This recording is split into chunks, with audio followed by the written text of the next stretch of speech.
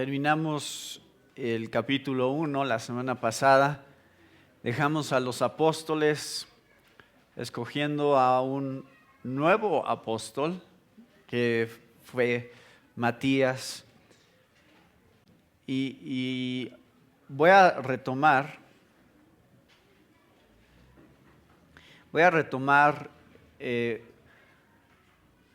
una idea que venía ahí en la presentación al final, cuando vimos este punto de Matías, para ir ahora al capítulo 2, porque estas dos ideas, este concepto de lo que es prescriptivo y lo que es descriptivo en Hechos, este concepto lo vamos a empezar a ver muy fuerte a lo largo de todo el libro. ¿A qué me refiero cuando digo prescriptivo y descriptivo? Cuando decimos que algo es prescriptivo, es que es un mandamiento, es una orden, es algo que se nos está diciendo que hagamos. Como cuando vas al doctor y te da una prescripción, ¿no? Tómate esto. Entonces, hay ese aspecto que vemos en la Biblia y lo vamos a estar viendo en Hechos. También hay un aspecto descriptivo que simplemente está narrando lo que sucedió. Entonces no es una orden, no es un mandamiento, simplemente nos dice así fue, esto pasó. No está diseñado para que se siga repitiendo o se siga tomando como algo que tenemos que estar nosotros haciendo. ¿Entienden la diferencia entre esos dos? Ahora, el evento de Matías, y lo puse ahí en las notas, el evento de Matías es un evento que fue cuando se echan suertes para escoger a Matías, es un evento descriptivo, no prescriptivo. O sea, no estaba diseñado, eso de echar suertes, no estaba diseñado como un mandamiento para la iglesia, para que ahora sí hagamos las cosas, escojamos a través de las suertes. Aunque veíamos que sí habían unos parámetros muy específicos que usaron para escoger a Matías, que tenían que ver con la historicidad de Jesús y el ser testigos de esos eventos de su ministerio. Pero aún así, vemos que cuando se trataba de escoger entre dos opciones, echaron suertes y las suertes cayeron sobre Matías, lo tomaron como la dirección de Dios en cuanto a quién debían de escoger como el 12º apóstol. Ahora vamos a llegar a lo que pasa en Hechos capítulo 2. Y hay tanto aquí. La verdad es que al estarlo estudiando, en cierta manera me siento abrumado por todo el contenido que se comprime en tan poquitos versículos. En cuanto a la obra de Dios y del Espíritu Santo en este punto de la historia y todo lo que eso representa para nosotros hoy, que ese es uno de los retos más grandes que tenemos delante de nosotros al estudiar este pasaje. ¿Qué significa para mí lo que sucedió hace casi 2000 años en Pentecostés? Así que vamos a regresarnos, vamos a acordarnos qué está pasando. Los discípulos, recuerdan, fue la ascensión y dice la Biblia que Jesús estuvo con sus discípulos apareciéndose después de su resurrección 40 días. 40 días. Después de su ascensión tenemos este periodo que estudiamos la semana pasada, que es este periodo de espera entre la ascensión, la promesa del Espíritu Santo y el hecho o el cumplimiento de esa promesa, que es lo que vamos a estudiar hoy. Y el versículo 1 del capítulo 2 nos da el tiempo que hubo ahí entre la ascensión y Pentecostés. Habrían sido más o menos 10 días. Este periodo del que estudiamos la semana pasada, habrían sido 10 días. ¿Cómo sabemos esto? Esta es la razón por la que sabemos que habrían sido 10 días. Esta fiesta de Pentecostés es una fiesta que tenía que ver con una peregrinación que hacían los judíos a Jerusalén, una de 3 peregrinaciones, donde de diferentes lugares venían todos a Jerusalén. Esta peregrinación a Jerusalén, Pentecostés, era 50 días después de la Pascua. Entonces ya hay una línea de tiempo más o menos que pueden visualizar. La Pascua fue ¿cuándo? Cuando se celebró la última cena.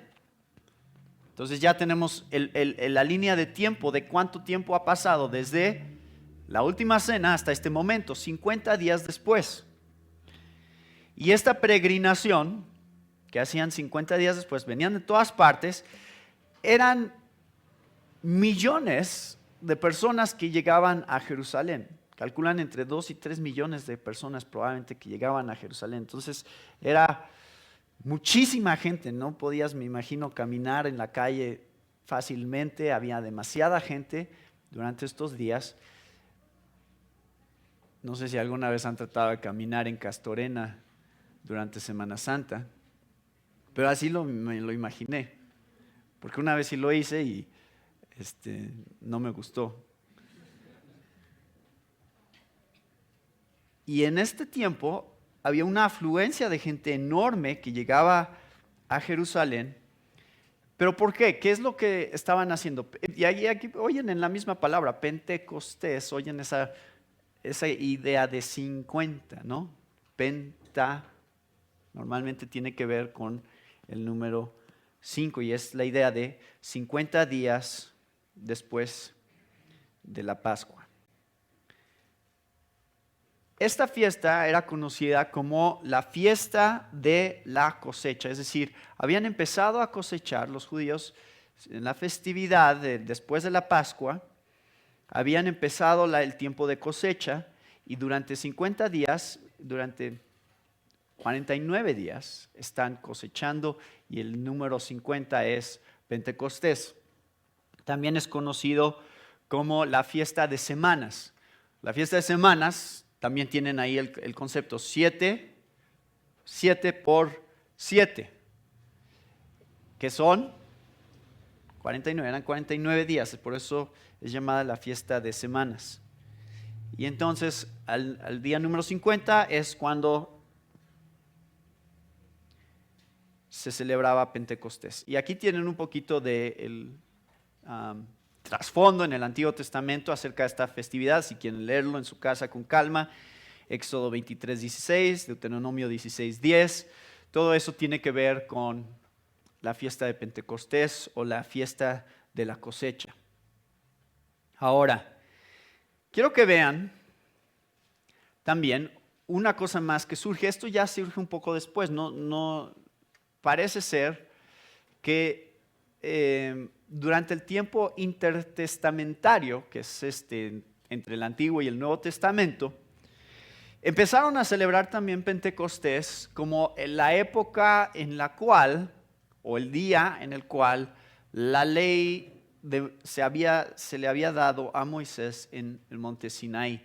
Porque hacían también un cálculo más o menos y decían que del tiempo de la Pascua, que también es cuando se instituye la Pascua, cuando sale Israel de Egipto, desde ese momento hasta que llegan al monte Sinaí, eran 50 días. O sea, esa es una tradición judía que se empezó a hacer en relación a Pentecostés también. No nada más celebrar la cosecha, sino también celebrar la ley de Dios en Sinaí. Y esto se los menciono. Normalmente esto no tendría mayor relevancia, pero se los menciono porque sí hay algunas cosas que se juntan aquí muy significativas que conectan Pentecostés, creo yo, con lo que sucedió en el monte Sinaí. Porque si recuerdan, en el monte Sinaí hubo manifestaciones de la presencia de Dios delante del pueblo de Israel. ¿Y cuáles fueron estas manifestaciones? hubo como fuego, torbellino,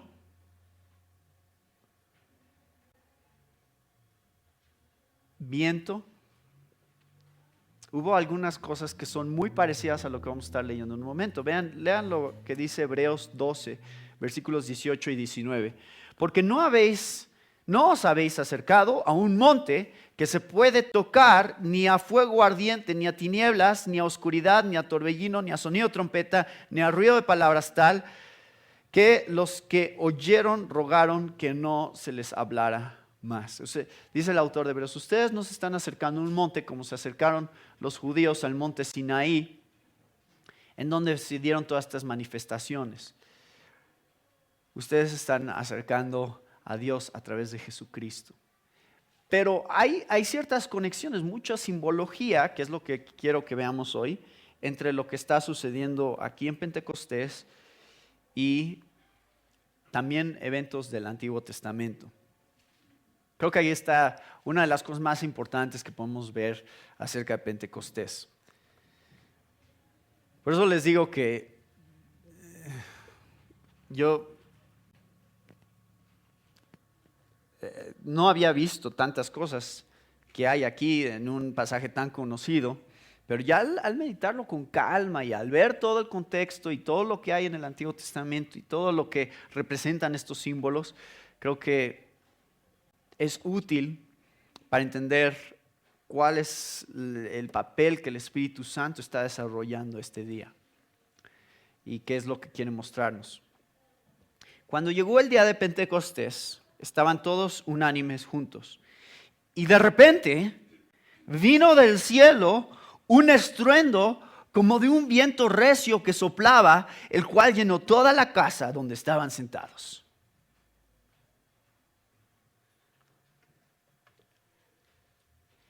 No sé en qué casa estaban. No sé si es el mismo aposento alto o la misma casa a la que leímos hace 8 días, pero algo sucede de pronto. Algo que agarra a todos por sorpresa, nadie lo espera. Ese es el énfasis de este pasaje, en donde de pronto no están seguros. O sea, hay una serie de fenómenos sobrenaturales que se están dando y este evento es la manifestación, este viento que sopla es la manifestación del Espíritu Santo entre ellos. ¿Esperaban que fuera un viento? O sea, ¿sabían ellos cómo se iba a manifestar? No sabían. ¿Se acuerdan cuando Jesús comenzó su ministerio? ¿Cómo se manifestó el Espíritu Santo cuando Jesús empezó su ministerio? En su bautizo, ¿se acuerdan? En forma de una paloma. Yo no sé si ellos, habiendo visto eso, cuando Jesús les prometió el Espíritu Santo, estaban esperando que una palomita entrara a la casa. A lo mejor esa era su idea, ¿no? Dijeron, un día va a entrar una palomita y es el Espíritu. Pero evidentemente el Espíritu Santo se manifiesta y se presenta de diferentes maneras. En el ministerio de Jesús, para inaugurar el ministerio de Jesús, se muestra el Espíritu Santo. Y interesantemente, vamos a ver esto el próximo domingo, pero interesantemente la inauguración del ministerio de Jesús es seguido en Lucas 4, públicamente, por un sermón. Jesús da un sermón acerca de lo que Isaías profetizó acerca de él. Y esa es la manera en que Jesús comienza su ministerio. Y ahora, en el bautismo de la iglesia, ese es el bautismo de Jesús en su ministerio. Ahora en el bautismo de la iglesia, comenzamos con una manifestación del Espíritu Santo y luego un sermón también. Creo que hay muchos paralelos importantes que tenemos que empezar a ver en este pasaje para que veamos el panorama completo. ¿Qué aprendemos acerca del viento como señal? La primera cosa que aprendemos es que es de repente, lo cual nos habla acerca de la soberanía de Dios para hacer lo que Él quiera cuando Él quiera. El Espíritu Santo no fue llamado por los apóstoles a presentarse. Ellos no dijeron, ahora sí, Espíritu Santo, ahora sí estamos listos para ti, ven, por favor. Y entonces ya viene. No, los agarra por sorpresa. Ellos están haciendo lo que venían haciendo ya durante 10 días antes. ¿Se acuerdan? ¿Qué habían estado haciendo? Orando, cantando, estudiando la palabra. Eso es lo que ellos hacían. No estaban buscándolo, no estaban de alguna manera controlando en qué momento y de qué manera el Espíritu Santo se iba a presentar. Entonces, lo primero que quiero que vean es que Dios es soberano, el Espíritu Santo hace lo que quiere cuando Él quiere, y eso se manifiesta en la manera en que se presenta el viento. De hecho, literalmente es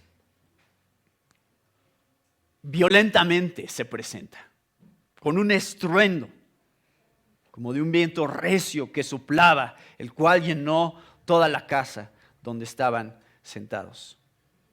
Entonces es un ruido, un sonido, no sé en sus mentes cuál sería el equivalente de este tipo de sonido, pero no sé si cuando hay un terremoto o cuando pasa un tren y se cimbra el piso, no sé de qué manera se habría escuchado este sonido, pero evidentemente fue muy impresionante para aquellos que estaban ahí. Dios es soberano, Dios está actuando de una manera totalmente impredecible, y quiero leerles algo de lo que escribió Jonathan Edwards, que creo que es una buena introducción acerca de esto, en su libro de Una historia de la redención. Él dice que desde la caída del hombre hasta nuestros días, el trabajo de redención en sus efectos ha sido principalmente llevado a cabo por extraordinarias comunicaciones del Espíritu de Dios o manifestaciones del Espíritu de Dios. Aunque hay una influencia constante del Espíritu de Dios, siempre en algún grado, atendiendo a sus ordenanzas, sin embargo, la manera en la cual las cosas grandiosas se han hecho en relación a esta tarea siempre han sido por extraordinarias efusiones, no sé si es una palabra, pero entienden a lo que se refiere, o derramamientos en temporadas especiales de misericordia. Creo que esto resume bien lo que está comenzando a suceder aquí. Es que la historia de la iglesia, por lo general, de este momento en adelante van a ver esto. Hay ciertos momentos en que algo pasa que es como un empujón de parte de Dios para decir, aquí va. Y después pasan otras temporadas en las que la iglesia se mantiene constante y sigue habiendo conversiones, sigue habiendo la obra de Dios, pero nuevamente pasa un tiempo y de pronto vuelve a surgir algo sobrenatural de parte de Dios, una manifestación nuevamente sobrenatural del Espíritu Santo en la vida de la iglesia para volver a darle un empujón en la dirección correcta. Entonces creo que esto es el patrón que vamos a empezar a ver a lo largo del libro de Hechos. Aquí empieza. Y creo que hasta el día de hoy podemos seguir anhelando y esperando este tipo de manifestaciones. Les voy a explicar a qué me refiero en un momento. Cuando la Biblia usa esta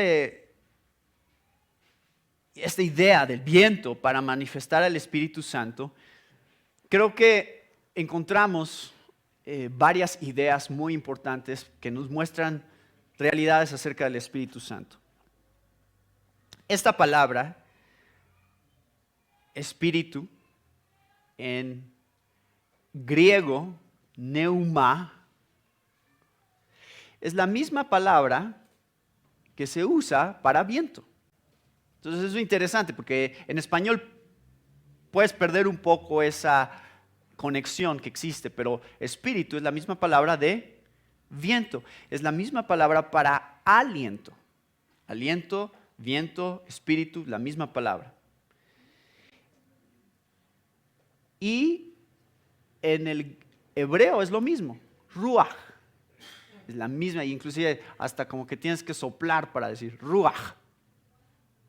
Y es físicamente el dar aliento se hace cuando dices la palabra. Entonces, hay un paralelo entre estos conceptos, creo yo, es el espíritu viniendo y el viento soplando, mostrando una realidad acerca de Dios en una de las fenómenos naturales, o sea, una de las cosas de la naturaleza que nos está hablando de cómo es el Espíritu Santo. Vamos a ver eso en un momento. Jesús mismo hizo esta analogía. Pero si nos vamos a Génesis y se acuerdan, ¿qué dice que estaba pasando? Génesis 1:1 y 1:2. El Espíritu de Dios se movía sobre la faz de las aguas. Hay algo, el Espíritu de Dios está ahí moviéndose, circulando lo que existe en ese momento para dar el poder creativo o ser el poder creativo para crear. O sea, es a través del Espíritu que Dios va a hacer lo que va a hacer. Y es significativo porque más adelante en Génesis 2, Génesis 2, versículo 7, ¿qué es lo que hace con el hombre? Le da el aliento de vida. Es como sopla en el hombre para que tenga vida. Entonces, no sé si empiezan a hacer esta conexión, pero es el espíritu que se mueve sobre la faz de las aguas para hacer una nueva creación, pero especialmente al dar aliento al hombre y soplar vida en él. Eso es muy importante, porque creo que aquí es donde empezamos a ver un paralelo de lo que está sucediendo en Hechos. Nueva creación, nueva vida dada por el Espíritu Santo. Isaías 2:22 plantea esta pregunta: dejad de considerar al hombre cuyo soplo de vida está en su nariz, pues ¿en qué ha de ser él estimado? O sea, Isaías está poniéndonos la perspectiva ¿de veras vas a confiar en el hombre? Porque el hombre está limitado. Él si ya no puede respirar, se muere. Inhala y exhala. Eso es lo que hace el hombre. Pero Dios es finalmente la fuente de toda la vida. Su respiración es la vida de todos. De Él surge la realidad de nuestra existencia. O sea, el hecho de que tenemos vida. Ahora, piénsenlo quiero que piensen primero en esos términos. O sea, ¿tú y yo somos materia? Sí, somos materia. Pero somos mucho más que materia. ¿Qué aparte de materia somos? ¿Qué más aparte de materia? Hay algo más que está pasando ahí, ¿no? No somos nada más materia. ¿Qué más somos? Somos vida. O sea, estamos vivos. Dejen que eso asiente en sus cabezas. Yo no sé si eso es algo de las cosas que tomamos por sentado todo el tiempo y decimos, pues sí, aquí estoy vivo. ¿No se te hace eso algo sobrenatural? ¿No se te hace algo increíble el hecho que tengas conciencia, sentimientos, personalidad, todos estos aspectos acerca de lo que significa ser una persona con el aliento de vida dado por Dios? Esto no es cualquier cosa. La única explicación, y la Biblia no las da, es provenimos del mismo aliento de Dios, el Espíritu. Dios ha soplado sobre nosotros vida a través del Espíritu. Entonces, quiero que lo visualicen porque la palabra es esa palabra, aliento, viento, espíritu. Es la misma palabra, es la misma idea que está tratando de ser comunicada. Ahora, hay otro nivel, o sea, ese es el primer nivel. El Espíritu da vida, vida física. Por eso es que tenemos conciencia, por eso es que vemos y contemplamos las cosas, por eso es que tenemos nefesh chaya, que es esa idea de aliento de vida, es por el Espíritu. Pero ahora vamos a un siguiente nivel, que es el nivel del cual nos habla Ezequiel 37:9, que es esta visión que tuvo Ezequiel en donde había un valle. No sé si se acuerdan o han leído ese pasaje, pero es una visión muy interesante porque es un valle completo lleno de huesos secos, muertos.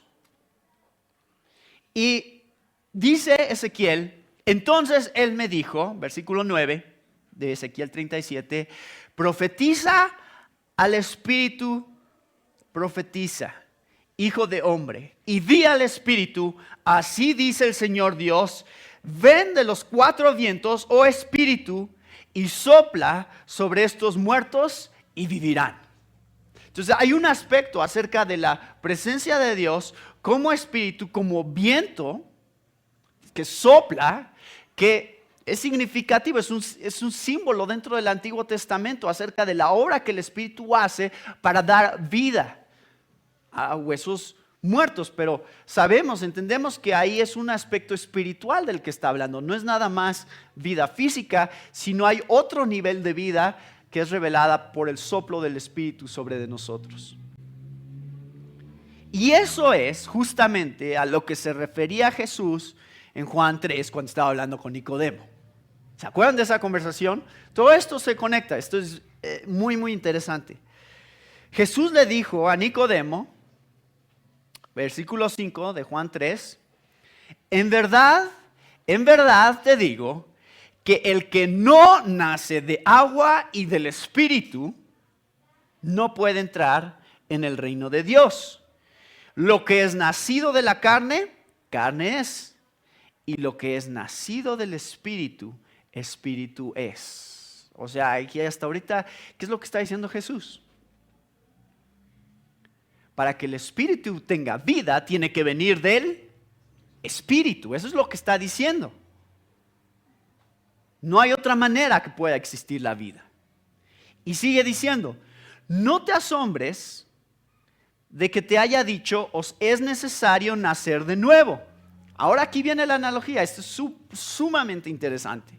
Dice, porque me imagino que ustedes a lo mejor han leído este pasaje y dicen, ¿de qué está hablando Jesús? Dice, el viento sopla donde quiere y oye su sonido, pero no sabes de dónde viene ni a dónde va. Así es todo aquel que es nacido del Espíritu. Así, ¿ven esta conexión entre viento y Espíritu? Entre lo impredecible de la obra del Espíritu y la manera en que a través del Espíritu, llegando a nuestras vidas, tenemos vida en Él. El tipo de vida que trae salvación. Nuevo nacimiento es, el Espíritu viene. ¿De dónde? No sé. ¿Hacia dónde va? No sé. Pero me dio vida. Algo sobrenatural que no entendemos, que se mueve en sus propios momentos y de sus propias maneras, ha sucedido en nuestros corazones. ¿Por qué estoy aquí? ¿Por qué creo? ¿Cuándo? ¿De dónde vino? ¿De dónde vino el Espíritu que le dio vida a mi espíritu?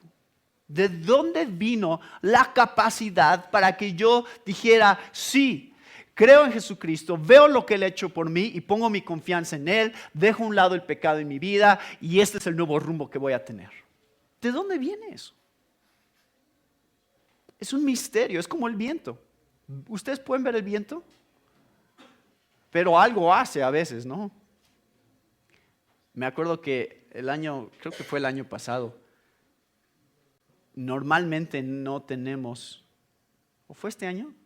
Cuando hubo unos días de muchísimo viento y se empezaron a caer los árboles y los letreros, todo se empezó a descontrolar aquí en la ciudad porque no estamos acostumbrados a que haya mucho viento. ¿Podemos controlarlo? ¿Hay alguna manera de dirigir el viento y decirle, no, por acá no te vayas? ¿Hacemos eso? La Biblia quiere darnos esta imagen mental de cómo es el Espíritu, de cómo actúa, de cómo se mueve y del efecto que causa, aunque no lo vemos, aunque no es algo que es palpable inclusive. No lo podemos contener, no lo podemos guardar, no lo podemos guiar a donde nosotros queramos.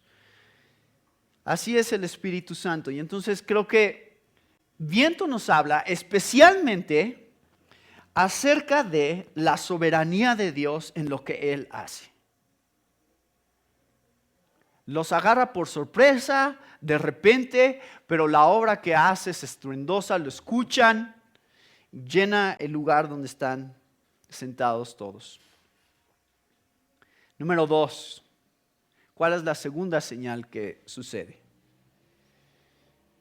Dice, versículo 3, y se les aparecieron lenguas repartidas como de fuego, asentándose sobre cada uno de ellos.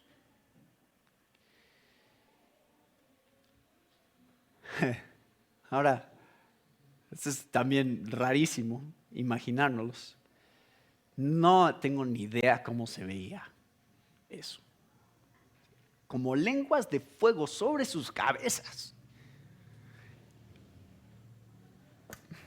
Imagínenselo, no sé. O sea, no hay una manera en la cual yo pueda describirles exactamente qué es lo que pasó. Creo que Lucas aquí está haciendo su mejor esfuerzo por darnos una imagen. Pero evidentemente es algo muy peculiar, es algo muy sorprendente y fuera de lo común lo que está sucediendo. Pero en el Antiguo Testamento, quiero que vean, el fuego, el hecho de que Lucas haya escogido fuego como la manera de describir lo que está sobre las cabezas de estas personas, creo que es significativo, porque a lo largo del Antiguo Testamento también tenemos varias manifestaciones de Dios en fuego.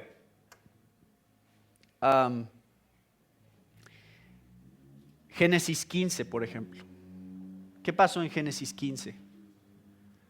Estaba Abraham, Dios iba a hacer un pacto con Abraham, muy significativo sobre su descendencia y las promesas de la tierra y todo esto que venía con el pacto que quería hacer con él. Y se parten dos animales por la mitad y Abraham está en realidad en un sueño, o sea, él no está participando, él solamente está visualizando lo que está sucediendo. Y la manera en que Dios se presenta con Abraham en ese pacto es ¿cómo? Aconteció que cuando el sol ya se había puesto, hubo densas tinieblas, y he aquí, apareció un horno humeante y una antorcha de fuego que pasó por entre las mitades de los animales. Más adelante, en la vida de Moisés, ¿cuál fue la primera vez? ¿Cómo se manifestó Dios la primera vez ante Moisés? Una zarza encendida. Cuando iban los judíos, salieron de Egipto, ¿qué dividía o qué había entre ellos y los egipcios? Una columna de fuego de un lado. Ya vimos en el monte Sinaí también se manifestó con fuego. Cuando Elías fue llevado hacia el cielo, fue en un torbellino de fuego, una carroza de fuego. Entonces, creo que a lo largo del Antiguo Testamento, el fuego muchas veces, y creo que aquí es la conexión, representa la presencia de Dios en la vida de alguien y en el ministerio de alguien. En el caso de Abraham, Dios diciendo, yo estoy aquí, yo voy a cumplir este pacto que estoy haciendo contigo. En el caso de Moisés, a través de la zarza, diciéndole, yo soy, te está enviando, yo voy a estar contigo, tú no te preocupes, yo estoy en control de la situación. A lo largo del Antiguo Testamento creo que el fuego es significativo en cuanto a ver que la presencia de Dios está con aquellos que ha elegido para servirle. En este caso, el fuego sobre las cabezas de cada uno de los que estaban aquí creo que representa la presencia de Dios a través del Espíritu Santo en sus vidas. Yo voy a estar con ustedes. ¿Se acuerdan de la gran comisión de Hechos 1:8? Me seréis testigos. ¿Cómo lo van a hacer? Yo les voy a confirmar que efectivamente tienen mi presencia en sus vidas. Y Juan el Bautista había predicho esto en Mateo 3:11. Yo a la verdad os bautizo con agua para arrepentimiento, pero el que viene detrás de mí es más poderoso que yo, a quien no soy digno de quitarle las sandalias. Él os bautizará con el Espíritu Santo y con fuego. El bieldo está en su mano y limpiará completamente su era y recogerá su trigo en el granero, pero quemará la paja en fuego inextinguible. Ahora, fuego no nada más representa la presencia de Dios, también representa el juicio de Dios. Y vamos a ver eso en un momento, porque sí, creo que eso también está presente aquí en lo que sucedió en Pentecostés. No quiero que aquí pierdan de vista estas dos manifestaciones, porque a veces Pentecostés, inmediatamente, ¿en qué pensamos? En lenguas. Esa es la asociación inmediata, que hablaron en lenguas. Pero tenemos que recordar que no es lo único que sucedió. Y que esto solo eran manifestaciones secundarias, digamos, de una realidad más grande. O sea, estos no eran el punto, no eran las manifestaciones, es lo que estaban siendo simbolizado a través de estas manifestaciones. Eso es lo importante acerca de Pentecostés. Pero bueno, vamos a ver qué pasó a continuación. ¿Qué pasó después? Versículo 4. Fueron todos llenos del Espíritu Santo y comenzaron a hablar en otras lenguas según el Espíritu les daba que hablasen. Ahora, vamos a seguir leyendo porque quiero que vean varias cosas acerca de lo que sucedió en relación a las lenguas. Moraban entonces en Jerusalén judíos, varones piadosos de todas las naciones bajo el cielo. Y hecho este estruendo, se juntó la multitud y estaban confusos porque cada uno les oía hablar en su propia lengua. Y estaban atónitos y maravillados diciendo, mirad, ¿no son galileos todos estos que hablan? ¿Cómo pues les oímos nosotros hablar cada uno en nuestra lengua en la que hemos nacido? Y aquí está una descripción de la variedad de lugares que estaban siendo testigos de lo que estaba pasando. Otra vez, tienen que usar un poco su imaginación para visualizar qué es lo que está sucediendo. Ellos están en la casa, algo sucede en esta casa, un ruido de viento, empieza flamitas que les salen de la cabeza y palabras en diferentes idiomas.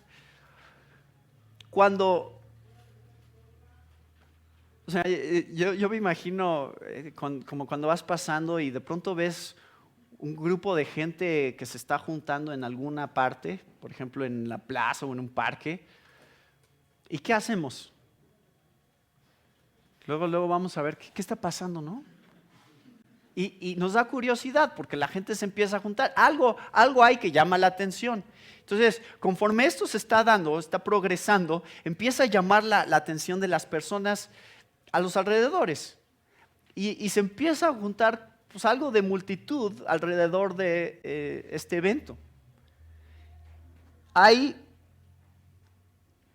partos, medos, elamitas y los que habitamos en Mesopotamia, en Judea, en Capadocia, en el Ponto y en Asia, en Frigia y Panfilia, en Egipto, en las regiones de África, más allá de Cirene, y romanos aquí residentes, tanto judíos como prosélitos, cretenses y árabes. Dice, les oímos hablar en nuestras lenguas las maravillas de Dios. Así que están hablando en lenguas. Y el énfasis aquí, creo, que quiero que vean, estoy poniendo esto en paréntesis porque creo que esto es el punto principal. No es la manifestación como tal el punto principal, sino lo que esa manifestación representa. Entonces, el viento representa la soberanía de Dios, el fuego la presencia de Dios y las lenguas la universalidad de la obra de Dios. ¿Por qué? Porque Lucas describe en mucho detalle el hecho de que hay gente de todas partes. Y estas personas escuchan a estos hombres hablar. Y no, es obvio que son de Galilea, porque se dan cuenta, dicen, ¿no son galileos? ¿Por qué creen que les sorprende que sean galileos y estén hablando otros idiomas? Porque los galileos eran los incultos, los provincianos, los nacos. Eso eran. O sea, estos son medio vulgares, ¿no? Entonces los ven con un poco de desprecio, como estos, ¿cómo aprendieron a hablar en otros idiomas? Algo de ellos, a lo mejor la manera en que están vestidos, y su acento, no sé, hay muchas cosas. Evidentemente se dan cuenta que son de Galilea. Lo que quiero que vean acerca de este evento, que es muy significativo en relación a lo que está sucediendo lo que sucedió en el Antiguo Testamento, es que esto es un retroceso o Dios está restaurando lo que sucedió en Génesis 11. Quiero que lo vean en el orden que sucede en Génesis. En Génesis, no tengo tiempo para meterme mucho en esto, pero es sumamente interesante. En Génesis 10, si ustedes abren sus Biblias, en Génesis 10 van a encontrar como subtítulo Tabla de Naciones, una lista de naciones. Y esas naciones son las naciones que surgieron de Sem, Cam y Jafet. La lista que nos da Lucas es representativa de los descendientes de Sem, Cam y Jafet. O sea, todas las regiones de donde surgieron los tres hijos de Noé están representados aquí en la lista que nos da Lucas. Entonces ahí está Génesis 10, hablándonos acerca de la tabla de naciones, la variedad de naciones que surgen de los tres hijos de Noé, y tenemos a Lucas dándonos una lista de naciones representada, donde está representada cada una de las regiones de donde surgieron las naciones de la descendencia de Noé. ¿Y qué pasó en Génesis 11? La Torre de Babel. Lo cual, ¿qué estaba sucediendo en la Torre de Babel? Se estaban rebelando en contra de Dios, buscando autonomía de Dios, diciendo nosotros podemos. Y se juntan para construir una torre que llegue al cielo, y Dios emite un juicio sobre de ellos y hace algo ¿para qué? Para dispersarlos. ¿Qué hace? Les da nuevas lenguas. ¿No es eso lo que hace? Les da nuevas lenguas y ahora van hacia afuera. O sea, es para romper lo que ellos estaban haciendo. Es el juicio de Dios sobre la rebeldía, la autonomía que ellos querían tener de parte de Dios, para dispersarlos. ¿Qué tenemos en Hechos sucediendo? Tenemos Dios dando nuevas lenguas, ¿para qué? No para dispersar, para unir. Entonces es el propósito contrario, no es el juicio de Dios, sino la bendición de Dios ahora. En Babel fue el juicio de Dios para dispersar, en Pentecostés es la bendición de Dios para unir. En la Torre de Babel era el hombre tratando de llegar al cielo, en Pentecostés es el cielo descendiendo al hombre. Entonces creo que hay unos paralelos muy significativos aquí sucediendo con lo que vemos en la historia de Génesis 10, 11 y también 12. ¿Qué pasó en Génesis 12? ¿Qué le prometió Dios a Abraham? Génesis 12, 3. En ti serán benditas todas las naciones de la tierra. ¿Qué está pasando aquí en Pentecostés? La clave, creo que de este pasaje, es lo que está diciendo Lucas en el versículo 5. Moraban entonces en Jerusalén judíos, varones piadosos de todas las naciones bajo el cielo. Todos los lugares hacia donde se habían dispersado los judíos, de eso es lo que está hablando, de todas las naciones donde había judíos. De todas esas naciones de donde había judíos, estaban siendo representados en este lugar, en este evento. Y Dios está haciendo una declaración a través de estos eventos y a través de las lenguas, a través de que estén hablando en diferentes idiomas, acerca de su plan para incluir a personas de todas las naciones de la tierra, acerca de la universalidad. No crean, no quiero que piensen, yo al estudiar este pasaje, a veces pensaba que este era un asunto pragmático de Dios. O sea, a ver, para que entiendan, les pongo en su idioma, porque si no, no van a entender. Pero creo que es mucho, mucho más profundo que eso. Porque lo vamos a ver el próximo domingo. Pedro predicó en solo un idioma y le entendieron. Entonces no es que era necesario para que entendiera la gente necesariamente, o sea, sí había un idioma universal que podían hablar. Pero algo más profundo estaba sucediendo en Pentecostés, que no tenía nada más que ver con el hecho de que, ay, para que entiendas. No, para que veas que estás siendo incluido en el plan de redención. Para eso. O sea, estas personas escuchan y dicen, ¿cómo es que están hablando mi idioma? Nadie más aquí conoce mi idioma, nadie conoce el dialecto de donde yo vengo. Y Dios está haciendo una obra intencional a través de la cual está mostrando sin lugar a dudas claramente que es su plan incluirlos a ellos también. Por eso están hablando en esos idiomas. Y es muy, muy significativo, creo yo, que el Espíritu Santo se manifestara de esa manera en este evento para inaugurar el ministerio de la iglesia de evangelización mundial. ¿Por qué? Acuérdense, ¿qué es lo que celebraban los judíos en Pentecostés? La cosecha.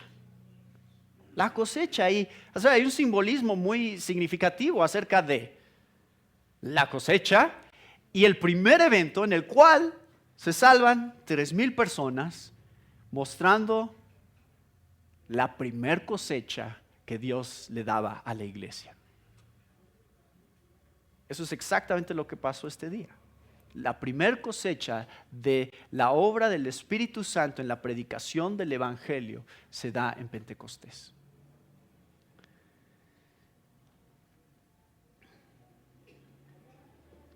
Ahora, hay mucho que podemos decir acerca de las lenguas, por supuesto. No voy a ser muy exhaustivo hoy porque viene más sobre esto a lo largo de Hechos. No es la última vez que vemos que hablan en lenguas, así que vamos a seguir estudiando a la luz de cómo se desarrolla esta manifestación, vamos a seguir estudiando qué es lo que dice la Biblia sobre las lenguas. Lo que sí voy a decir hoy es dos cosas. Una es que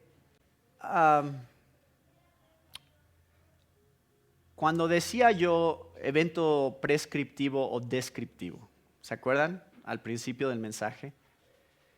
Creo que en términos generales este es un evento descriptivo. En términos generales. Porque creo que el propósito por el cual sucede lo que sucede aquí se cumplió. O sea, no se tiene que seguir repitiendo. Es más, no digo que no pueda suceder, simplemente digo no creo que tenga que suceder. No creo que de la manera que Dios ha ido trabajando a lo largo de la historia. En las iglesias donde practican el don de lenguas, pues las otras dos manifestaciones no suceden, que yo sepa nunca han sucedido. ¿Alguna vez han escuchado una iglesia donde todos tengan llamitas sobre su cabeza de pronto? No ha pasado otra vez. O sea, esto es un evento único. Hay algo único acerca de lo que sucedió aquí. Un sonido del viento que llena el edificio. Sin embargo, no voy a emitir un juicio acerca de cómo se debe o no debe practicar el don de lenguas y si existe o no. Nada más les voy a decir una cosa, porque como les digo, vamos a regresar a esto, pero les voy a decir una cosa. Al final de este pasaje, van a ver que la gente reacciona de dos diferentes maneras. Una, dice en el versículo 12, estaban todos atónitos y perplejos, diciéndose unos a otros, ¿qué quiere decir esto? O sea, ellos no entienden qué es lo que está sucediendo, o por qué, o cómo se conecta con la vida de Jesús o el ministerio de Jesús. Hay mucho misterio que rodea el evento en sí. Y no es malo que se pregunten eso. Creo que todos como cristianos, como iglesia, hoy en día deberíamos hacernos esta pregunta. Siempre que escuchamos de algo que sucede en algún lugar, hubo un movimiento muy famoso que sucedió en los 90s, creo que fue, que se llamaba la bendición de Toronto. Que tengo entendido, yo no conozco muchos detalles acerca de lo que sucedió en ese momento, pero tengo entendido que empezó como un verdadero avivamiento genuino de la iglesia en donde la gente se empezó a convertir. Pero después empezó a haber muchos excesos y muchas cosas raras empezaron a suceder y empezaron a adoptar esas prácticas raras, como hacer sonidos de animales y cosas raras. No les digo qué más, pero más cosas estaban sucediendo. ¿Y cuál es nuestra labor como iglesia cuando escuchamos acerca de algo así? Hacernos esta misma pregunta que se hacían estos hombres en el versículo 12. ¿Qué quiere decir esto? Y hay otra perspectiva porque hay otro grupo de gente, evidentemente, versículo 13, que solo se burla de ellos. Dice, mas otros, burlándose, decían, están llenos de mosto. O sea, están borrachos. Por eso están actuando así. Entonces, no le dan importancia, no le dan ningún significado. Al contrario, se burlan de ellos, son incrédulos ante lo que está sucediendo. Y creo yo que como iglesia y como cristianos, tenemos que tener cuidado en todo esto que vamos a estar viendo a lo largo del libro de Hechos. Queremos entender y ser parte de lo que Dios haga, ¿no?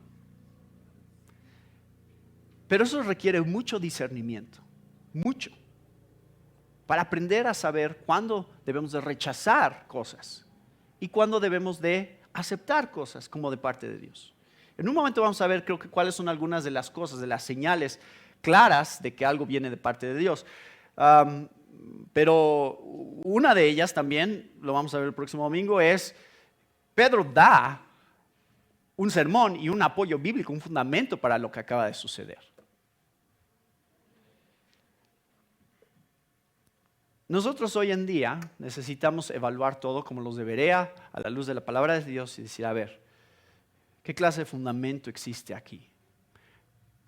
¿Cómo glorifica esto a Dios? Quiero ser parte, ¿es el evangelio realmente central?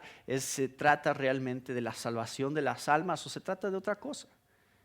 Yo personalmente muchas veces no apoyo y me mantengo al margen de muchas cosas que se organizan por iglesias cristianas, porque cuando se hacen estos eventos y campañas de sanidades, ven por tu milagro. El problema que tengo es, a ver, ven por tu milagro, está bien, Dios te puede sanar, Dios puede hacer cosas sobrenaturales, sí, pero se trata acerca de la predicación del evangelio y se trata acerca de la salvación de almas. Ese tiene que ser el resultado realmente final, no es, nada más vamos a ver qué cosa espectacular puede pasar, sino vamos a ver cómo Dios transforma las vidas de las personas para que entreguen sus vidas a Cristo y sean transformados por medio del Espíritu Santo para vivir vidas de santidad y de servicio a Dios. Eso es lo que queremos estar viendo que suceda. No nada más gente que sea sanada de alguna enfermedad. O sea, si ahí se queda todo, así sano te puedes ir al infierno, ¿no? O sea, ¿qué visión tan limitada existe muchas veces en aquellos que están buscando lo sobrenatural y pierden de vista completamente lo que Jesús dijo que era el propósito por el cual el Espíritu Santo iba a ser enviado? ¿Cuál era el propósito? Y me seréis testigos. La gente se empezará a salvar. Eso es lo que pasará. No les dijo, y se sanarán y sacarán demonios. Y de hecho hasta podría empezar yo a citar Mateo 7, ¿se acuerdan? Y en tu nombre sacamos demonios y en tu nombre hicimos muchos milagros y... A ver, no es eso. Ese no es el punto. Sí lo hace Dios, claro que lo hace. Pero eso no es el objetivo, eso no es el punto. El punto es el evangelio, la salvación de las almas, la predicación de la cruz de Cristo como la única esperanza sobre la cual podemos poner nuestras vidas si queremos ser reconciliados con Dios. Pablo dice algo acerca de las lenguas. Vamos a ir viendo esto en partes, porque les digo, no hay tiempo de meternos a todo lo que hay acerca de las lenguas, y viene más sobre esto en Hechos, así que nada más les voy a dar un poco de lo que dice Pablo, porque creo que esto se manifiesta aquí. Dice Pablo, hermanos, no seáis niños en la manera de pensar. Esto es 1 Corintios 14:30. Más bien, sed niños en la malicia, pero en la manera de pensar sean maduros. En la ley está escrito, por hombres de lenguas extrañas y por boca de extraños hablaré a este pueblo y ni aún así me escucharán, dice el Señor. Así que las lenguas son una señal, no para los que creen, sino para los incrédulos.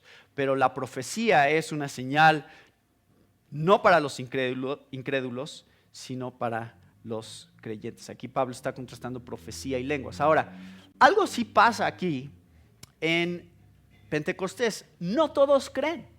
Entonces, creo que existe una conexión en la Biblia entre lenguas como una bendición de parte de Dios y lenguas también como un juicio de parte de Dios. Porque aquí Pablo está citando de Isaías 28, versículos 5 al 11. Vean lo que dice Isaías. Dice, en aquel día el Señor de los ejércitos será hermosa corona gloriosa diadema para el remanente de su pueblo, espíritu de justicia para el que se sienta en juicio y fuerza para aquellos que rechazan el asalto en la puerta. También estos se tambalean por el vino y dan traspiés por el licor. El sacerdote y el profeta por el licor se tambalean, están ofuscados por el vino, por el licor dan traspiés, vacilan en sus visiones, titubean al pronunciar juicio, porque todas las mesas están llenas de vómito asqueroso, sin un solo lugar limpio. ¿A quién enseñará conocimiento o a quién interpretará el mensaje? A los recién destetados, a los recién quitados de los pechos, porque dice mandato sobre mandato, mandato sobre mandato, línea sobre línea, línea sobre línea, un poco aquí, un poco allá. En verdad, con tartamudez de labios y en lengua extranjera, el pueblo hablará a este pueblo. Hay un juicio, hay varias etapas creo que de cumplimiento, porque Pablo cita esto cuando habla en 1 Corintios 14 acerca de las lenguas, y creo que aquí vemos parte de este cumplimiento. Y es el hecho de que estos hombres emiten un juicio sobre de los que están siendo llenos del Espíritu Santo. ¿Cuál es el juicio?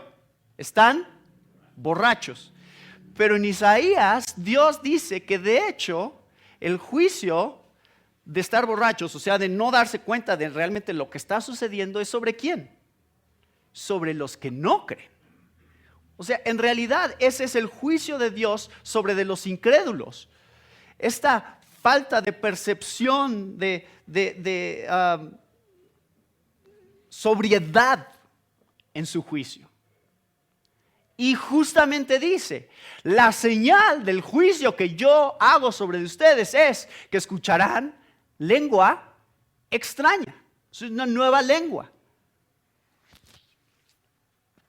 No sé exactamente cómo se conecta todo, pero algo está sucediendo aquí en Pentecostés, en donde Dios está juzgando la incredulidad de estos hombres, y creo yo, si leen ustedes Romanos 9, 10 y 11, dándonos un antecedente de la incredulidad de Israel ante esta universalidad que vendría en la salvación de los gentiles.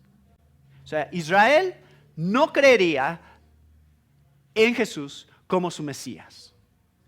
La primera señal del juicio de Dios sobre esta incredulidad es estas lenguas extrañas que escuchan. Esto viene desde Isaías 28. ¿Lo ven? ¿O no lo ven? Hay una conexión aquí, es el juicio de Dios también. No es nada más la bendición de Dios sobre los santos, sino es el juicio de Dios sobre los incrédulos. Aquellos que no quieren creer. Esta es la señal que Dios les da. Escucharán lenguas extrañas. Hay una ironía aquí entre Hechos 2 y Isaías 28, que creo que es significativa. Ya les empecé a explicar algo que creo que es importante, pero lo vamos a seguir viendo a lo largo de Hechos, y es el hecho de que el Espíritu Santo tiene diferentes ministerios que desarrolla. ¿Cómo llamamos lo que sucedió en Pentecostés? A mí me causa mucho conflicto. A veces leo estos comentarios y leo a teólogos que dicen, es que lo que sucedió en Pentecostés es la llenura del Espíritu Santo, no es el bautismo del Espíritu Santo. Pero eso es lo que se predijo en el capítulo 1. ¿Se acuerdan? En el capítulo 1, Jesús les prometió que serían bautizados con el Espíritu Santo. Entonces yo no sé cómo llamas, o sea, no es el bautismo del Espíritu Santo, eso es otra cosa, eso es regeneración, eso es lo que sucede cuando alguien se convierte, eso es bautismo, esto es llenura. Títulos. Y a veces nos hacemos tantas bolas con estos títulos y queremos ser tan exactos con la manera en que llamamos las diferentes cosas. que perdemos de vista el punto. El punto no es cómo llamamos este evento, es qué está pasando en este evento. Yo no tengo problema con llamarlo el bautismo del Espíritu Santo, porque creo que eso es lo que dijo Jesús que iba a suceder en Hechos 1. El Espíritu Santo viene y los bautiza, pero ¿eran creyentes ya los que estaban en Pentecostés, sí o no? Sí, el grupo original ya eran creyentes. En Juan 15:3, Jesús afirmó, ustedes han sido lavados ya. O sea, ustedes ya son limpios. Entonces ya hay una regeneración que ha sucedido dentro de ellos, pero sin embargo hay algo más que está sucediendo. ¿Y qué es lo más que está sucediendo? El poder del Espíritu Santo para proclamar el Evangelio con poder. Eso es lo que está sucediendo ahora de una manera extraordinaria, fuera de lo normal, porque 3,000 personas se van a convertir al final de este pasaje. Espero que no les haya arruinado ya el final. Y ya para que venga el próximo domingo, ya sé cómo termina la historia. Entonces, vayan creando estas categorías en su mente porque son importantes. Son importantes. En el libro de Hechos vamos a empezar a diferenciar qué está pasando. El Espíritu Santo hace una obra de regeneración para que creamos y el Espíritu Santo desciende sobre nosotros, nos da la llenura del Espíritu para proclamar el Evangelio de Dios con poder. Hay dos aspectos, creo yo, que se ven a lo largo de la Biblia. Y como ya les decía, no es que el Espíritu Santo nunca se había aparecido antes. Es la primera vez que se ve el Espíritu Santo lo que hace. No, ya ha pasado, ya el Espíritu Santo ya está haciendo muchas cosas. Pero esto es un evento, una señal extraordinaria en la que ahora el Espíritu Santo está diciendo, a partir de ahora la proclamación del Evangelio se irá a todas las naciones en el poder de Dios para que este Evangelio no sea solamente para los judíos y de los judíos. Así que quiero terminar nada más diciendo 3 cosas. A pesar de que este es un evento descriptivo, también es un evento prescriptivo. No es nada más descriptivo. ¿Hay algo que aplica a nosotros? Sí, porque Hechos 1:8 aplica a nosotros. Y recibiréis poder para ser testigos. Eso somos nosotros también.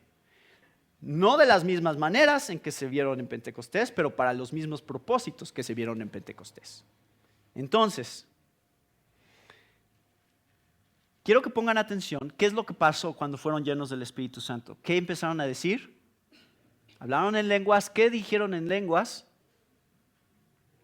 Las maravillas de Dios. Entonces, yo quiero entender aquí, y dice el versículo 4, según el Espíritu les daba que hablasen. Es decir, el Espíritu Santo tiene el control aquí y va mostrándoles y hablando a través de ellos diferentes cosas acerca de las maravillas de Dios. ¿Cuáles maravillas? No sé. A lo mejor cosas del Antiguo Testamento, a lo mejor cosas acerca del ministerio de Jesús y de lo que ellos habían contemplado. Muchas cosas que la gente está entendiendo y que me muestra, creo, que la llenura del Espíritu significa que la experiencia del Espíritu, de la grandeza de Dios, se convierte en nuestra experiencia de la grandeza de Dios cuando el Espíritu nos llena. ¿Entienden? O sea, el Espíritu comprende la grandeza de Dios porque es Dios y cuando desciende sobre ellos les da la capacidad de experimentar la grandeza de Dios en sus propias vidas. Y de pronto lo que los discípulos empiezan a experimentar es un conocimiento que no nada más es conocimiento, sí, vendrá el Espíritu, sí, vamos a ser testigos en toda la tierra, sino una pasión por esta nueva comisión que tenían delante de ellos. Esto viene del Espíritu Santo. Y entonces el temor y las dudas que habrían podido tener de cómo iba a funcionar esto y si deberían de hacerlo y a lo mejor nos van a matar, todo eso desaparece y es tragado por la experiencia de la grandeza de Dios en sus vidas a través del Espíritu Santo. Y el valor, la valentía, el celo se desata y les da el poder para ser testigos de la grandeza de Dios. ¿Eso es algo único de Pentecostés o podemos esperar eso en nosotros hoy? Claro que podemos esperar eso hoy. Debemos de anhelar eso hoy en nuestras vidas. Estas tres cosas que les pongo aquí son las cosas que podemos seguir esperando que sucedieron en Pentecostés y podemos seguirlas esperando hoy. Lo demás son señales nada más. No era el fin, era nada más una señal acerca de el tipo de ministerio que estaba desarrollando el Espíritu Santo en ese momento para darle esta nueva comisión a la iglesia.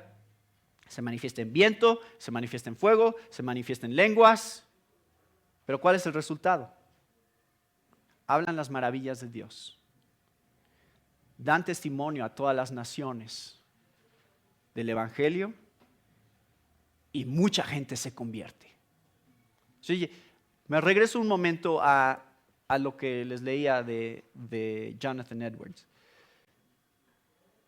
Cuando leemos este tipo de experiencias y este tipo de eventos, nos distraemos fácilmente con los detalles que rodean eso sin ver en realidad el propósito de lo que está sucediendo. Y creo que a lo largo de la historia, Dios nos ha llamado a mantenernos fieles en el llamado de reunirnos, de orar, de estudiar la palabra, de predicar el evangelio, pero la obra la hace Dios en su momento y de pronto a lo largo de la historia han venido avivamientos que han sacudido naciones enteras.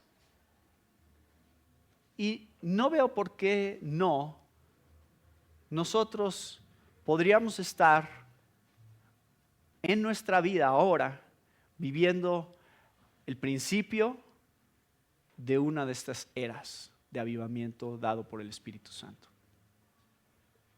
No veo por qué no hay algo increíble y sobrenatural delante de nosotros que Dios tiene aguardado para que estemos completamente sorprendidos de la transformación que Dios puede hacer en la vida de las personas. No sé qué significa el hecho de que este local esté lleno. No sé, porque no lo planeamos así. No es responsabilidad mía llenar este lugar, eso es responsabilidad de Dios. ¿Y qué quiere hacer Dios con esta iglesia? Es cosa de Él. Y el avivamiento que Él quiera traer y la transformación en nuestras vidas y la proclamación del evangelio hacia los de afuera para que más gente se siga convirtiendo, eso es cosa de Él. Nosotros nos mantenemos fieles, seguimos buscando su voluntad y seguimos diciendo: Señor, cuando tú quieras, aquí estamos. El día que tú quieras manifestar tu espíritu con poder para hacer algo sobrenatural y extraordinario, hazlo. Aquí estamos listos. Creo que esa actitud, esa manera de vivir nuestras vidas constantemente como iglesia, conscientes de que el Espíritu Santo se manifiesta en poder, ese mismo poder que se vio en Pentecostés, es el mismo poder que Dios nos ofrece a nosotros. Cuando tenemos eso en nuestras mentes, nuestra perspectiva cambia acerca de las cosas que son posibles, ¿no es cierto? ¿No son cosas maravillosas las que Dios podría tener delante de nosotros que aún no hemos visto? ¿Anhelan eso? Dicen: estamos bien así. Como que no quiero que, si hay más gente aquí, pues va a ser más calor. O sea, ¿hasta qué punto hemos caído en una rutina tan cómoda que dejamos de anhelar o dejamos de pensar en el potencial que existe cuando el Espíritu Santo desciende con poder sobre de un grupo de personas? No digo que no ha pasado ni que no pasa. Simplemente digo que hay maneras extraordinarias en ciertos momentos de la historia en los cuales es aún más evidente. Y nuestra oración, nuestro deseo debe de ser seguir experimentando el poder de Dios para ver cómo el reino de Dios avanza sobre la tierra a través de su iglesia. El próximo domingo vamos a escuchar, por lo menos la primera parte, no sé si alcance todo el mensaje para ver todo, pero por lo menos la primera parte de la explicación que da Pedro específicamente acerca de lo que acaba de suceder, que es su sermón.